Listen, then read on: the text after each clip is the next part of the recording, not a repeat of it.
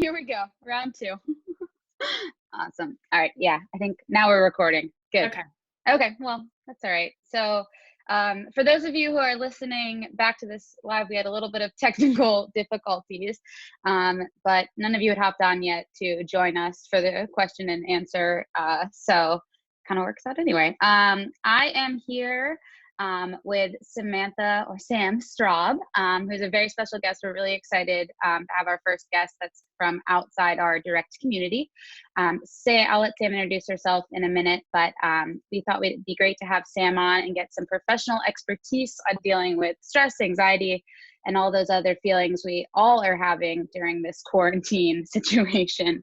So welcome, Sam. Thank you so much for coming on this afternoon. Thank you for inviting me. Yeah, that's awesome. So do you want to, I'll let you, because I feel like I won't do you the justice you deserve of kind of explaining your background and where, what you're doing and why we thought you'd be the perfect expert to have on today. Sure thing. Well, I'm a school counselor, and I have been an educator for 23 years. And 15 of those have been maybe 16 as a school counselor, high school and middle school. I'm also a therapist at a private practice in the Annapolis area, and I work with teenagers and their parents there. So my world is working with adolescents. I love them. I think they're wonderful, creative individuals. I think they're great, and I think I'm excited to talk today to your athletes, or about your athletes, or with your athletes if they chime in, and to hopefully provide some foundation, some help, support, because navigating this it's all new territory for all of us. Yeah, absolutely. Yeah, I feel like this is the perfect example of a situation where we're all just doing the best that we can and we're all just taking it day by day. Like, it's been just such a practice of like mindfulness and doing what you can in the hour, in the day, in the week, for all of us. That's, you make an excellent point, Ellie. Like, I really hope that that's a takeaway that our whole society walks away with. The population of teens that I work with tend to, the ones who are dealing with stress and anxiety also have this kind of overarching theme of pressure and achievement that go along with their stress and anxiety. That's just the culture and the community that I work in. And they're not great at slowing down and living in the moment because they're routinely thinking about, well, what do I have to do right now in order to achieve what's next? Or the amount of input coming at them feels terribly overwhelming. And this is a forced slowdown, and the amount of input is slowing down. And I hope that we as a society learn to respect that, understand it, and see the benefits of it, even though living through this has its dips. There's lots of things that are not benefits at all and don't feel good one bit. But I hope that the living in the moment and appreciation for kind of what we've got here and now, I hope that is something that we all grow. That's something that I'm trying to practice myself personally on a daily basis, because right, like, I live in that fast-paced world too. Oh my gosh. And I'm such a and I think I've already said this on the podcast, and I've definitely said it to the teens in class, of like, I'm such a planner. Like, I'm always in my iCalendar, like a week in advance of like, this is the next thing happening. And right now it's like, we don't know. I mean, at this point we kind of know, like, the next couple months we can't plan much, but like, it's so in my nature to want to plan like things for next week, next month, or June at this point. And we can't, because we don't know what's going to be canceled. And it's been a good practice for me to be like, okay, well, you know what, like, I can only control the next day or so, and like, that's okay. And like, I hope that for myself at the end of it, maybe some of my need to plan to the future-ness kind of falls away a little bit, because yeah, right I hear you. But that trait, like, generally makes for a successful human being, right? The ability to like anticipate what's coming next and react and kind of take all those circumstances into account and come up with contingency plans. Like, this tends to make for a successful person. So the very thing that, we don't want to get rid of that trait. We just want to make sure we dial it to the sweet spot. But I hear you. Have you been finding yourself looking at the news and like reading stories and information about this? Because I think that the planning in us, like, that makes us we're drawn towards new information. maybe if we learn new information, we'll be able to plan. Exactly. No, I think, I mean, because I've been saying like today's kind of the start of like week 4 for me. And it's 4 week or yeah, we're going into the 4th week. Yeah. And I think the first like 2.5 weeks, I was really on the news and I was constantly like, trying to refresh and figure out what the plan was. And in the that first like weekend when things were shutting down the school and everything, I definitely was like constantly checking because I was like, when are we gonna know? And now I kind of am like, I can't look at it anymore. It's just because it's all it is kind of the same thing on the news again and again. And I don't know. Yeah, it's a bit much, but I've put myself on a little bit of a media diet for that reason, just a little bit. Like I feel like I need to stay tuned in because like you, I'm a planner as well. And yeah, but I find I'm really paying attention to like the agitation that it brings me. exactly. And I just close it down sometimes. Yeah, And I have to go do something different because it makes me nervous. And I'm an adult.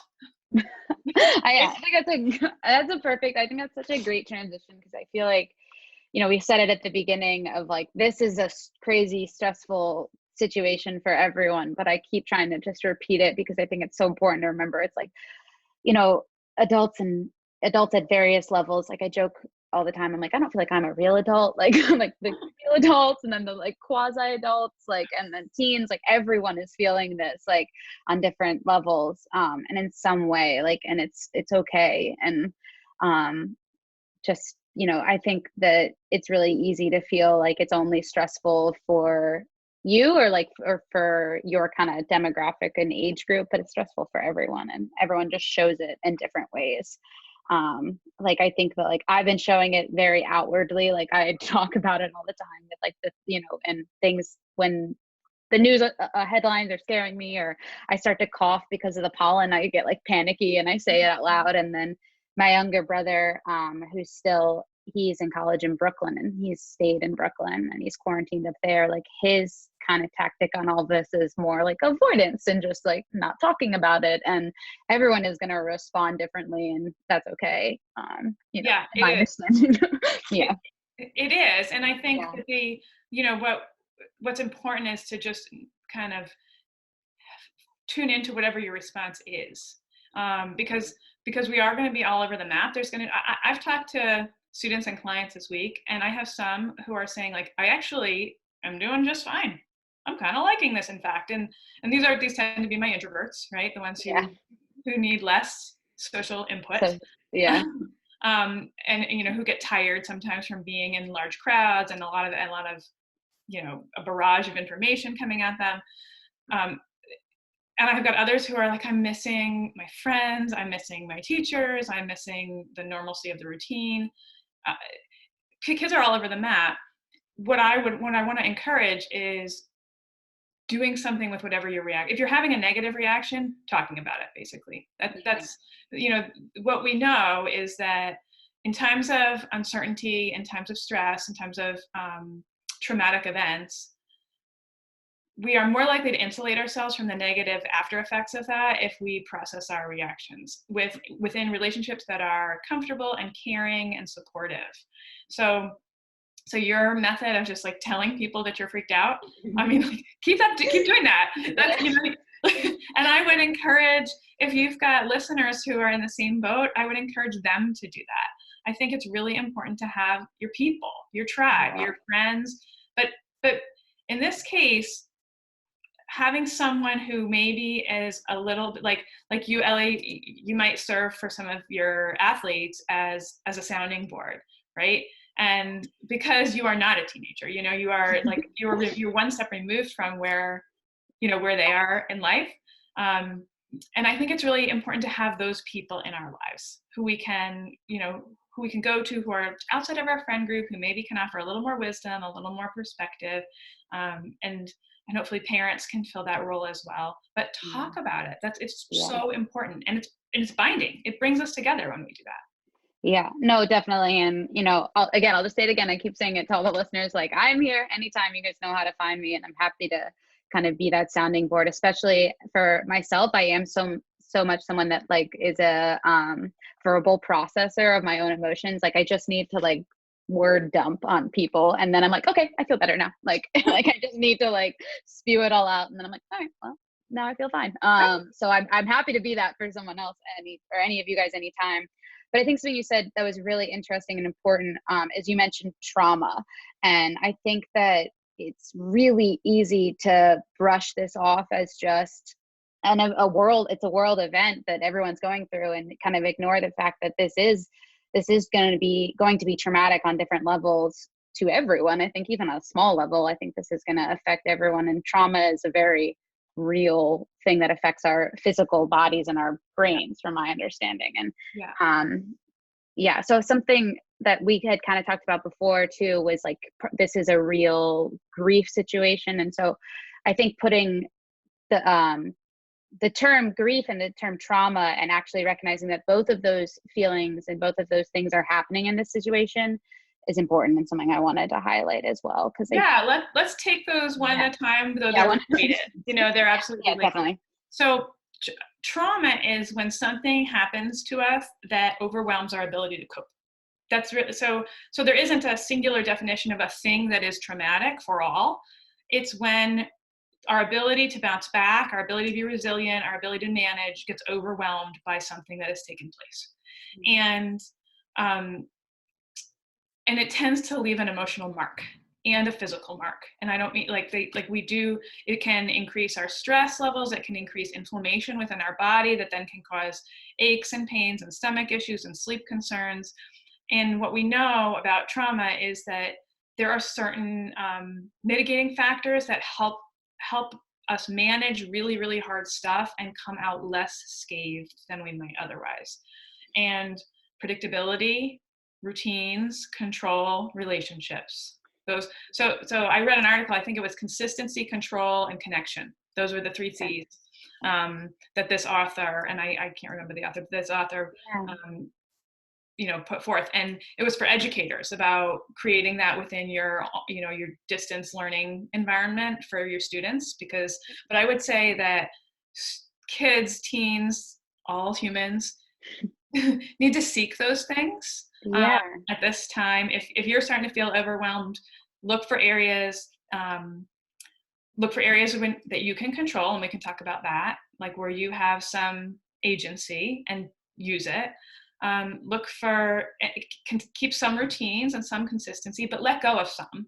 It's not worth keeping all of them, right? Like your kids aren't in school. There's no reason to get up at 5:45 or 6 a.m. if you don't have to be on your first Zoom call till 8:30 or whatever it is. So keep some consistency, look for areas of control, and then really, really be purposeful about connections. Yeah.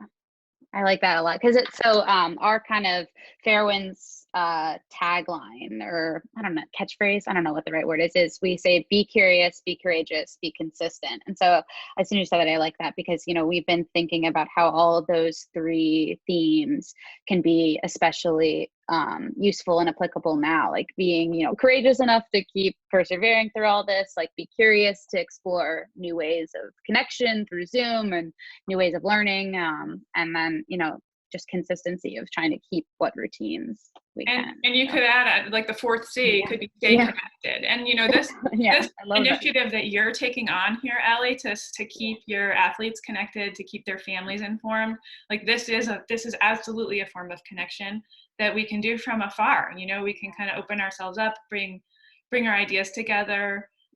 Yeah. Thank you. No, I appreciate that, because that's what we're hoping to do. And I think maybe this would have come up regardless of, if this quarantine lockdown situation had happened or not. But I think that it's definitely been an added bonus for me to have this, and it's adding consistency and structure and connection to my life. So, it's given me a little bit more to do. But, I think it's also, we're going to have, hopefully through this conversation, so many things that are going to be useful to other situations of life for folks later on.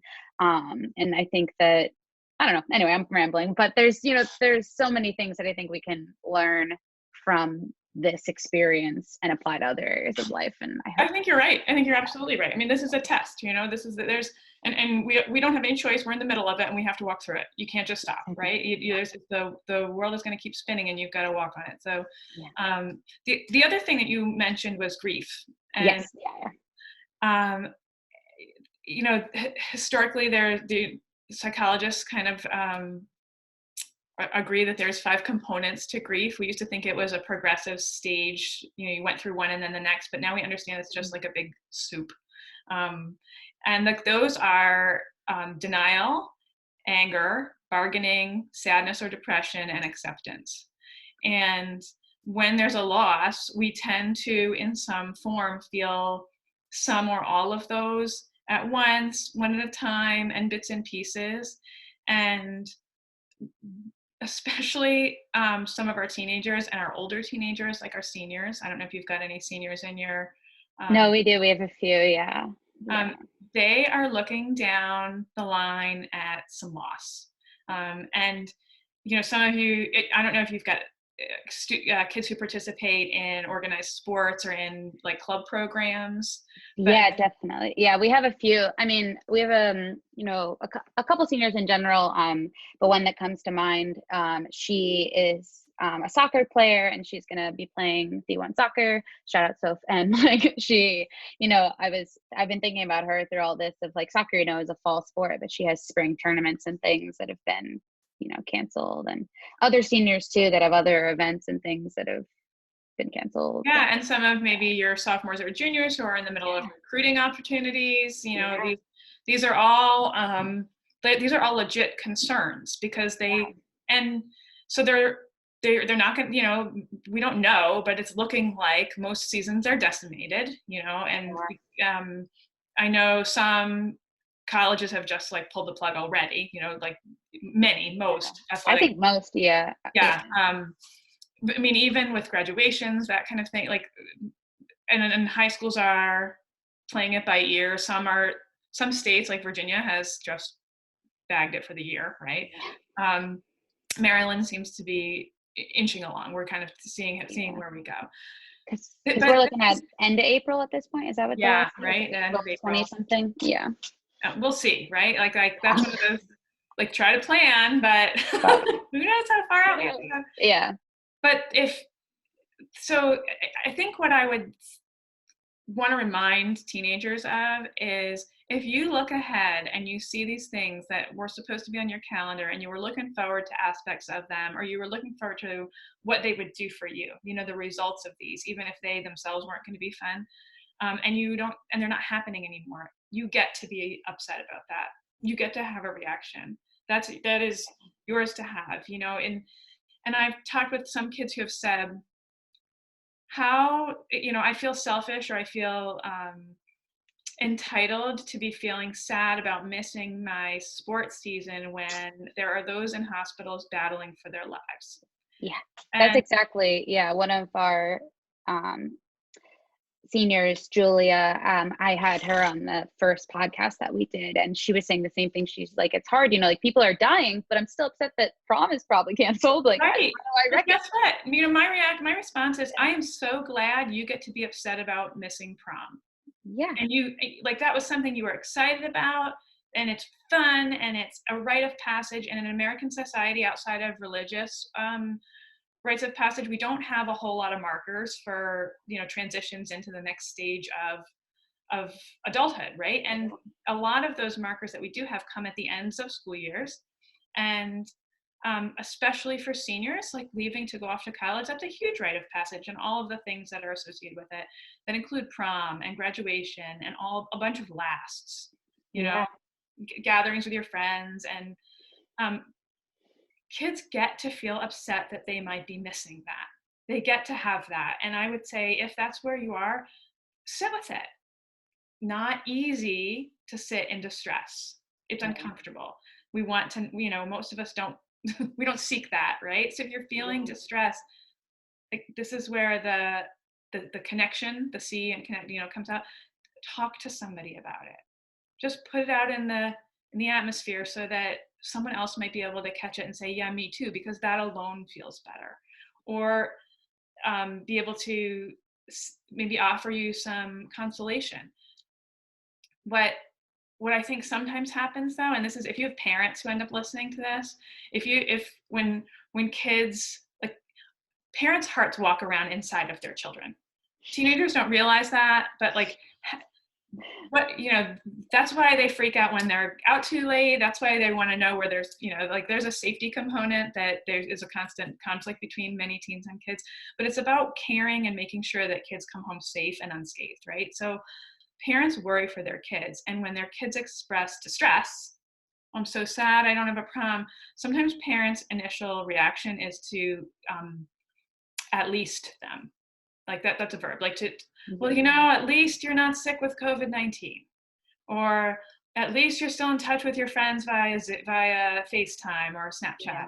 And Brene Brown has a great short video. I can't remember the name of it, but it's got like a bear and a goat, and it's about like learning to express empathy.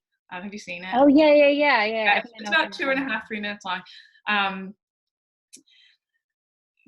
But one of the things she says is no expression of empathy starts with at least, right? Yes. Because it rushes right through the, like, let me hold this feeling with you. Let me make a space for this discomfort. And the reason we do that is because it's hard to hold that feeling for someone we love.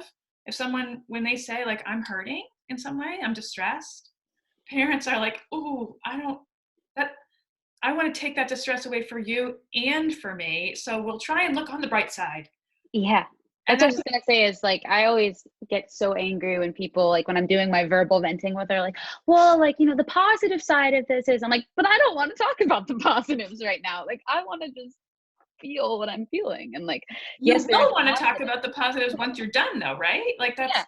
Yeah. Usually then that's what I say. I'm like, I'm not there yet. Like, I just want to be angry. And then when I kind of come on the upswing of this meltdown, then I'll be like, okay, well, at least, and that's what I personally have gone through with all this, of like being really frustrated and stressed out and scared. And then I'm like, well, you know, on the bright side, like I got to move back in for a little bit with my parents, and I get to spend time with them, and like I get to hang out with the dog, and like, you know, I can think about the positives now. But you know, the first week I was not in positives mode, and I didn't want to hear the, you know, at least, and I didn't want to hear that on the bright side. I was like, no, like, I'm going to be angry and sad and hurt, and like, that's okay. Right. And those are all parts of grief, right? Yeah. That's it. And so we need to make space for that discomfort, because, and I think one of the key things you said when you were just, you know, you said it with humor, but you said, I'm not there yet. Yeah. And that is the key part. Like, we need to have confidence that the people we love and care for will get to a different place, because typically negative emotions do not last forever. You know, right. Like really serious, strong ones actually don't last for usually more than half an hour. Like the really, really big ones. Your body gets tired and it's really hard. Like if you're having a temper tantrum or a serious meltdown, it's usually not long. Like the big peak of it doesn't usually last for more than 30 minutes. That's great. Right? That's good to know. It's like, good. Okay. Like that. I'm going to remind myself of that next time, of like, this will be over soon. Like, start a timer. We don't live in a this will be over soon society. We don't stop and feel that. And this ties back to what you were talking about, mindfulness, is that like the ability to sit with distressing feelings. I think that's a skill. It's one that we as humans in this society of constant input don't practice much, because it's so easy to be distracted. Oh, I'm distressed. YouTube. Oh, I'm distressed. Call my friend. But while YouTube and talking with your friend are still available, there's a lot that isn't available. Right. Yeah. And I think, and maybe this is what you're hinting at, is that's something that I definitely have done in the past. And I remember I definitely did it when I was in high school, of like when I was going through some hard things, like I made myself really busy with activities at school, and I wanted to just like be doing things all the time to distract myself instead of like sitting with the discomfort. And like in this situation with this big discomfort, that's kind of forced us all to actually sit with it instead of, I mean, there's TV and you can read and you can kind of try to get out of your head, which is good. But at the same time, like you can't just, you know, go off and do a million activities or be at school all day and kind of have to. You don't have that distraction. But I will say, I will agree with what you just said, is that when you are dealing with something hard, there's sort of two ways to think about that. And they're both healthier to manage it. One is to stew on it. And one is to distract yourself from it. Yeah. And when we do one at the expense of the other, you know, if we're constantly stewing, we call it, that turns into rumination, and we get stuck in thought ruts or behavior ruts, you know, because we're like hamsters on wheels. And if we're constantly distracting, then sometimes we stay in that denial stage and we don't kind of manage the other stuff. So it's hard to get to acceptance if you're in constant distraction. Yeah. To loop back, so when we were talking about, and I said, we were talking about the at least, and I said the I'm not there yet. I think maybe you might have some verbiage of like good things that teens or really anyone can say when they're in that conversation with someone that's trying to kind of at least them, or say like, oh, look on the bright side. Because I know that like in the past, my reaction, like I said, is like, I'm not there yet. And then I'm getting angry and the person's like, I'm just trying to help. And like, it just, you know, what are kind of, I don't know, maybe some ways to explain like it and ask for help to let yourself sit in that discomfort or talk through that discomfort. Like, what are some good ways to just say like, I know that there are positives, but right now I need to feel what I'm feeling, you know, or, you know, whatever. I think sometimes if you know that that's what you need from an interaction, starting the interaction by telling the listener, here's what my hopes are from you. and like, listen, I got so much on my mind. I just want you to listen. Yeah. Eventually I'll be willing to like look at the bright side, but right now I just need to do a mind dump. Yeah. And like, so just setting the listener up for what your expectations are. We don't do that very often, and then people fail tests they didn't even know they were taking, right? I love that. That's so true. Yeah. I'm just thinking of myself in so many situations where I'm like, that's not what I want from you right now, but like never told the person what I want. Yeah, that's pretty common, pretty typical. Yeah. We're not in the habit of that, but I'd say that's a tool I'd recommend. If you know that what you need is just a sounding board and not a fixer. Yeah. And I'd say more than anything, the teens that I work with want their parents to be sounding boards, and their parents want to be fixers. It all comes from a really good place. The parents don't want their kids to be in distress, and the kids are like, I'm feeling distress, and like, you're my wise person that I go to when I'm hearing this. So like, help me feel it, right? Yeah. Yeah. So communication. I think it's good too what you said about like it is all coming from a good place, and I think like reminding yourself of that on both ends is really important. Is like everyone is trying to help. I think, you know, that's a great point. So like if kids can be patient with their parents, like, which is hard.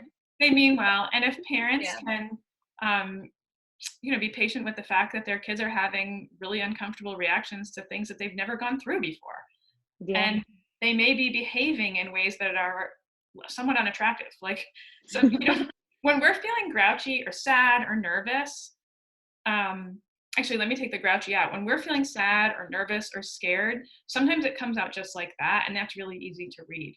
But sometimes it comes out like grouchy or snarky or snappy or irritable or withdrawn, and that sometimes we just feel those ways for no other reason, but they can mask deeper hurt.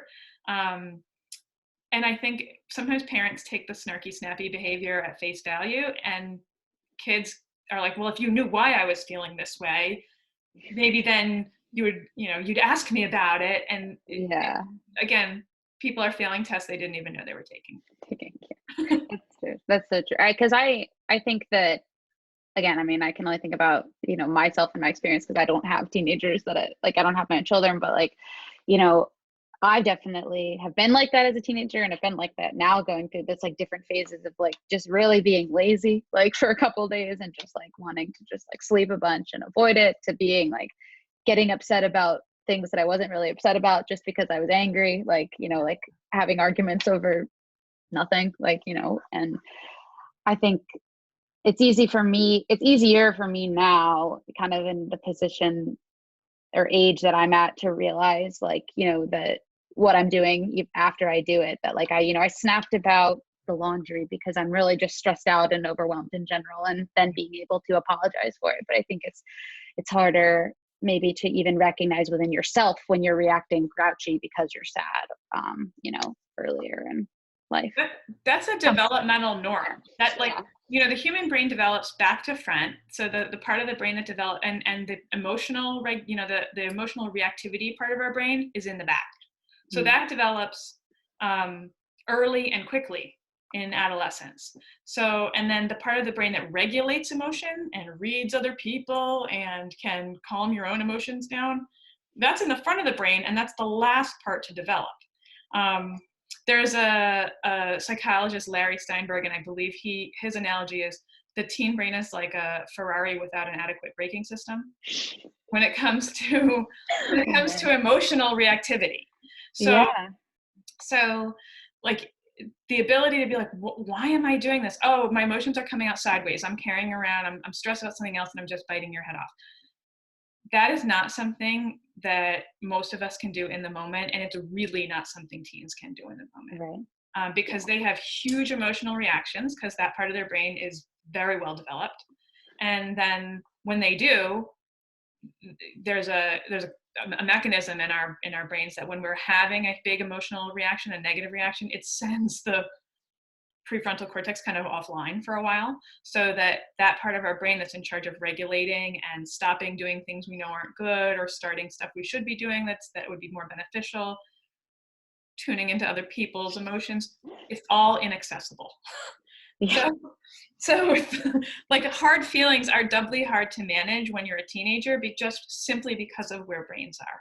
And that all shakes out by like early 20s, mid 20s, Good. I'm almost there then. We're almost. yeah. But it's hard, because when you're not having a high emotional reaction, teen brains and adult brains function very similarly. And like teenagers are capable of some really high order thinking. They're some of the most creative individuals I've ever had the pleasure of working with. They're incredible activists. They have so much energy. They're powerful.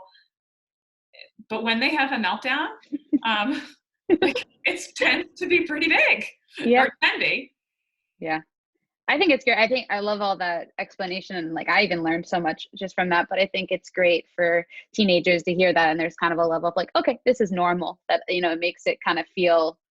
It makes I can imagine it would be nice to hear that and hear the explanation and know that it's not just them, but like it's a developmental stage that you're in, and you'll grow out of it at some point. It's probably nice for parents to hear that too, because they're like, how come my kid can function so well under certain circumstances, and then in others, like they just seem to lose their mind. And my guess is the circumstances in which teenagers aren't functioning well, or they're feeling like they're not functioning well, or parents feel that way, they're circumstances that require high emotions. So you're starting to touch on teens as activists, which I think is kind of the other thing that I know we wanted to talk about, of what are kind of some action steps that we can take in this situation, or that they can take, and what are some ways that maybe we can use this time for good without putting too much pressure on ourselves to be like the most productive and accomplishing all the things during this quarantine? I think that, in the beginning we were talking about like what good is going to come out of this, our society, what long lasting changes might we see, and I'm seeing all over like my social media feeds, people volunteering their resources to make masks for the first responders and the healthcare workers on the front lines. In my own neighborhood, we're looking out for our elderly neighbors. People are doing yard work on behalf of each other. Like there's a lot of kindness that's coming out of the woodwork, and because there's a need for it, and because there's time to give it. And what we know about positive feelings is that we tend to feel more positive when we are doing something that has purpose and meaning to it. And so my suggestion is like, look for areas where you can make a positive difference. You don't have to like start a small democratic nation. It doesn't have to be like a huge undertaking, but there are so many small and necessary ways where you can serve your family, serve your neighbors, serve your friends. I think, as I mentioned, I'm a school counselor. And I think about kids in schools whose social standing puts them in some way on the periphery. And there's lots of reasons for that. And there's lots of, but I'm confident that your listeners can think of people in their social circles or even just outside their social circles who may not be getting the contact from peers. That, like, it seems to me that this group of athletes, like, they're connected with each other, or they could be if they wanted to be, they're connected with you. Not every kid has that.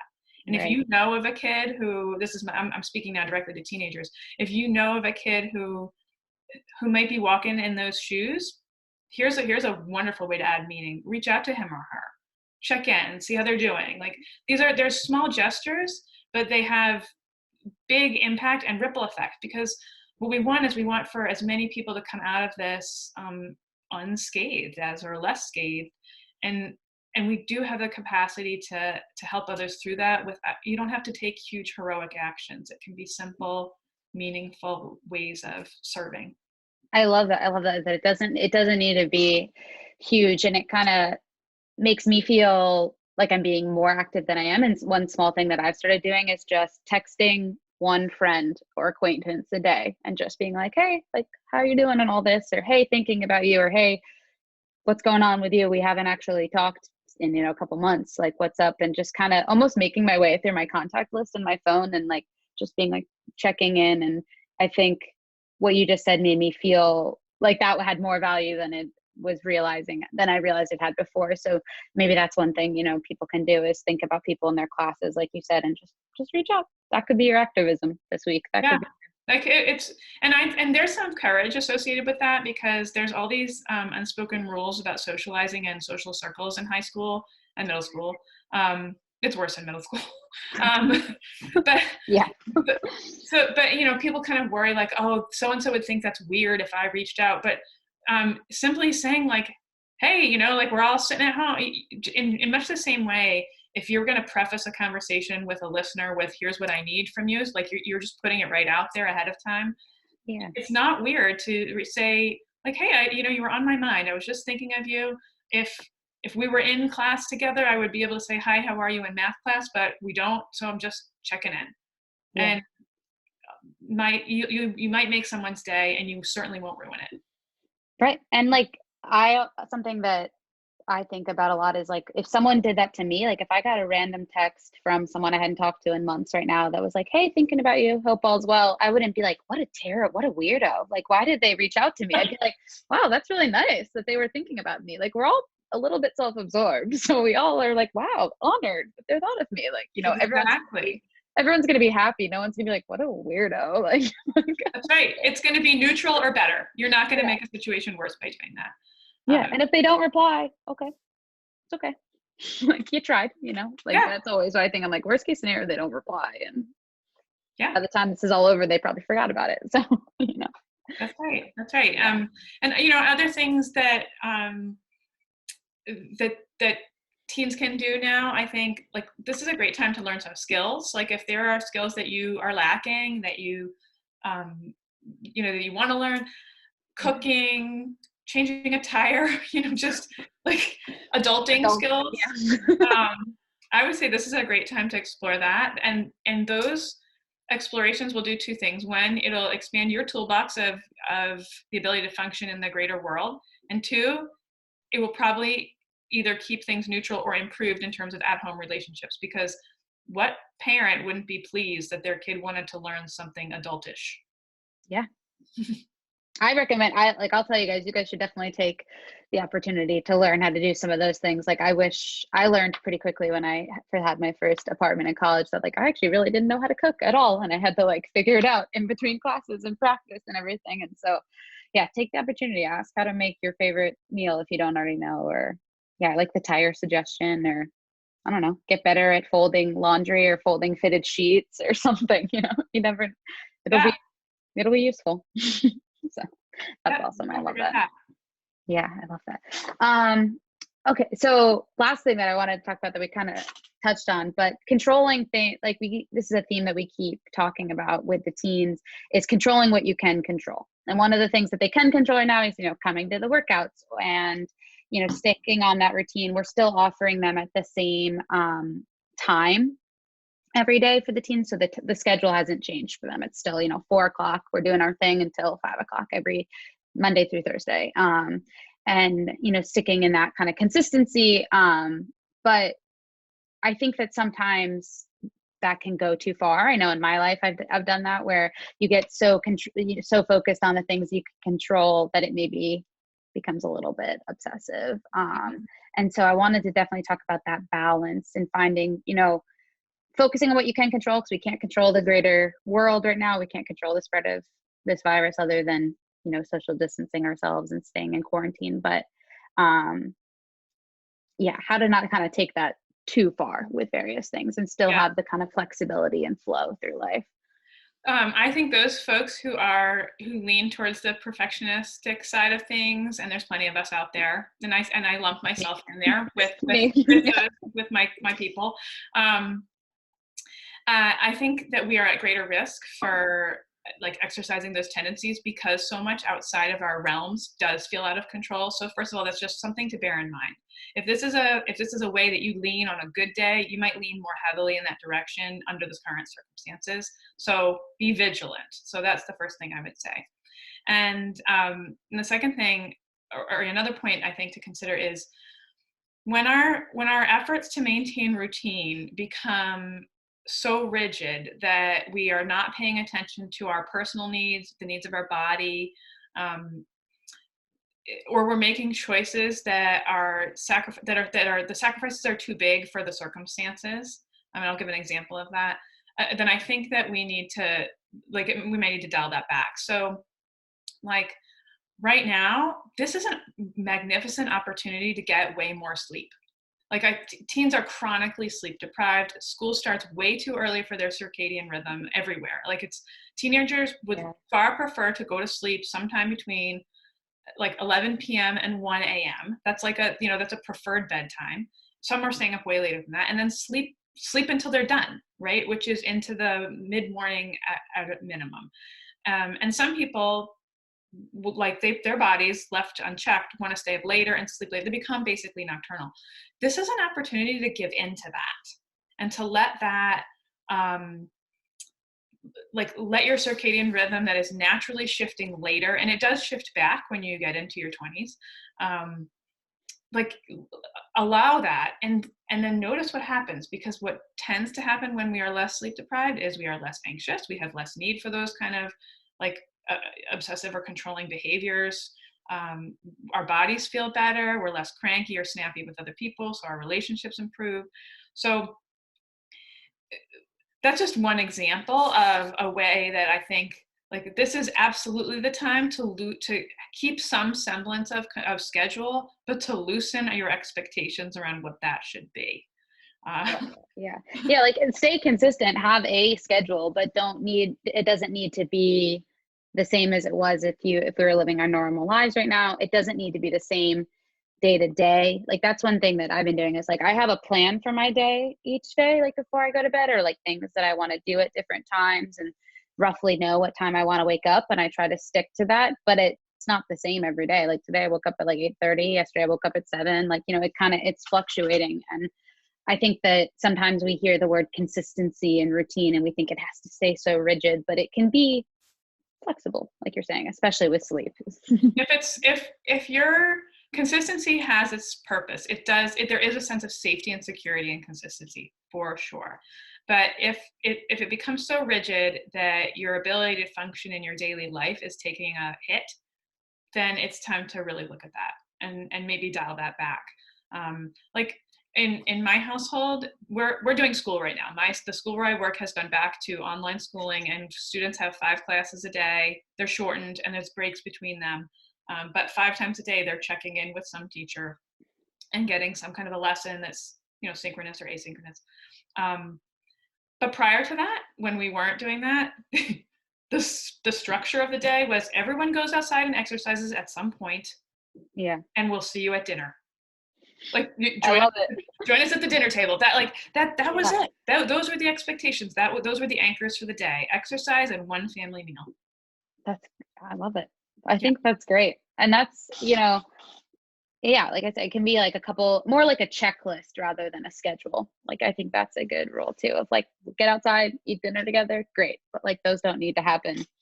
It's not like, where you got to go right outside at 8 a.m. every morning and be Right. outside for exactly an hour. And like, Yeah. And you know what? Kids they're coming off of a life in which many of them probably did have to structure their days that way in order to fit everything that they were supposed to get done in. yeah, So like those kids who are club athletes and high performing academics and have friends and families, like they may have had to say like, all right, I'm going to do my early morning workout for my, to meet requirements for my club. And then sometimes I'll show up for these drop-in workouts that your gym is providing, go to school all day, fit homework, and they're used to that. And so this is a time to enjoy the fact that that no longer exists. But if you find that that's scary for you, if you find that that loss of control is scary, that's absolutely something to talk about. That is something to tell parents about. It's something to tell your trusted adults, your peers, and maybe even seek professional help on, because that's we want the ability to be flexible. That's a wonderful human trait too. Just as organization and looking ahead and planning, it tends to make for great adults, so does flexibility. And so if you find that flexibility is scary for you for some reason, say something to somebody. Because depending on how serious that is, I think it may be worth getting some tools to manage that tendency. yeah. And I love how you said that, just tools and just, it doesn't, it just is having skills that help from people that are experts or have more experience to help you kind of reshape the way that you're looking at things. I think you put that in a great Yeah. way. Yeah. Just reframing, mental acrobatics to kind of help you navigate some of this stuff, because this is uncharted territory we're all walking through, and we're doing the best we can. And the coping tools that we've used in the past, they're all going to come out, the goods and the bads. Yeah. Yeah. No, I think we're definitely all seeing that in different ways. So that's awesome. I love it. I love it. Um, well, okay. So I think kind of wrapping up here, we were obviously hoping to be able to do kind of a Q&A, but technical difficulties prevent that. But if folks have any questions for you or anything, where is a good way for them to reach you, find you? Yeah. They are welcome to contact me. I have a business called Samantha Straub Consulting, and you can find me on Facebook, and you can drop me a direct message. So it's Samantha Straub Consulting LLC, and on there I post tips for parents on how to raise healthy teens, tips for teens on how to be a healthy teen, and I am happy to take advice from anybody and to keep the conversation going. That's awesome. And I'll be sure I'll link that in the kind of show notes and everything that we put out so people can find you. But that is awesome. Thank you so much. Oh, it's been my pleasure. Yeah. So I also have this little game that we started at the end. It's a fun little game that is a little bit of a spin-off of the main podcast for the gym. They talk about their gratitude at the end of each episode, which I think is great. And I'm kind of doing a spin-off that's just like taking it one step further. So it's just asking you, and then I'll share mine as well, of one thing that you're proud of this week, one thing you're looking forward to next week, and then one thing you're grateful for this week. Just a fun thing. Something I'm proud of this week. I am pretty proud to have taken my entire practice to telehealth and Zoom meetings, because some of the conversations I've been having with my clients and my students have been serious, and sensitive, and they're going okay. Like I'm pretty proud that I've been able to maintain those relationships via distance. So something I am grateful for is my ability. I can get outside and I can go for a walk. I had a head injury a little over 5 years ago, and I really knocked myself hard in the head, and cognitively I recovered pretty quickly, but physically I've dealt with the aftermath of that, and I've been unable to, I still can't go for a run. I'm a swimmer, but pools are closed. But I've been walking every day, and I've been pain-free. And so that's something I'm grateful for, is my ability. Not everybody can say that. I understand. Yeah. And what was the third thing? Proud, Something grateful. you're looking forward to. Um, Something I'm looking forward to. Next week is a full week of school for me. So for me, this will be the thing that I think I'm going to start to understand what my routine is going to look like. I haven't really had one. My school was on spring break, and then we were on ramp up to getting ready to meet students, and we had a partial week this week. So I'm looking forward to understanding what my routine is going to be in this time of very little routine. Yeah, that's good. That's awesome. I love it. Thank you for sharing. I know it's kind of like a funny little game. I'll do mine. So I'm proud this week we got I figured out how to do YouTube, which I know that the teens are probably laughing at me, but that was it was weirdly complicated to set up the business account on YouTube to upload the other videos from the podcast. So that was a fun little challenge. I normally feel really tech savvy, but that one really made me feel not tech savvy. I am looking forward to, it's also kind of a funny one. There's going to be some thunderstorms at the end of this week, and it's going to be a warm thunderstorm weather. And I like a good thunderstorm. I'm hanging inside. And then I'm grateful. I mean, it's kind of a cheesy cop out, but I'm grateful for you for coming on today. Oh, thank you. It really was such a fun conversation, and it feels really awesome to be able to share this type of content with our athletes, and having someone on that was a guest that was not directly related to our community, and someone that I kind of had to put on my big girl pants and send a little message to and see if he wanted to come on, made me feel like we're really doing it. We're really putting out some content for these athletes of ours. So thank you. I'm honored to be here. This is a moment of gratitude for me as well. Oh, good. Awesome. Good. Gratitude all around. Awesome. So thank you so much. Like I said, guys, I'll make sure we link to Sam's Facebook page. And then, of course, if you have any other questions, you can send them to me and I can get them to her if you don't do Facebook or you don't want to do Facebook. So all right. We will see you guys off the creek. That's what we say to our kiddos, because we're normally on the creek for our gym is on not Spot Creek. No, yeah, Spot Creek. So we're anyway, but we'll see you guys off the creek. Thank you again, Sam. My pleasure. Thanks, Allie.